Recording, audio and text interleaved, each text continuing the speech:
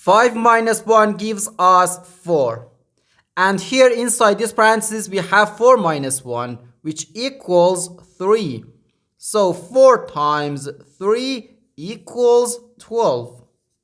But this answer is not correct, because according to the order of operations, first we have to do parentheses, then exponents, then multiplication or division, and finally addition or subtraction. Remember that multiplication and division have equal priority and we have to work from left to right. And the same applies to addition and subtraction. In this expression, we have one subtraction, one multiplication, and one parenthesis. Inside this parenthesis, we have one subtraction.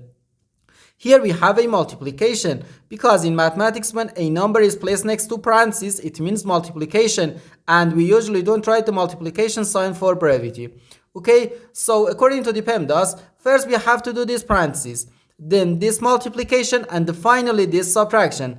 If we do this subtraction before this multiplication or this parentheses, it is wrong.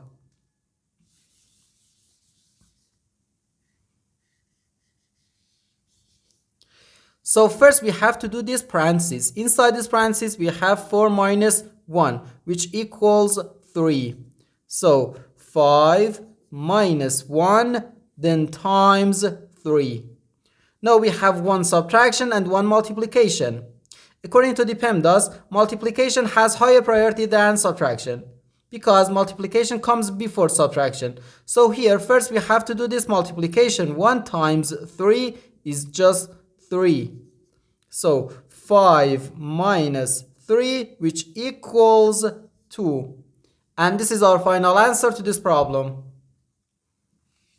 The correct answer is 2.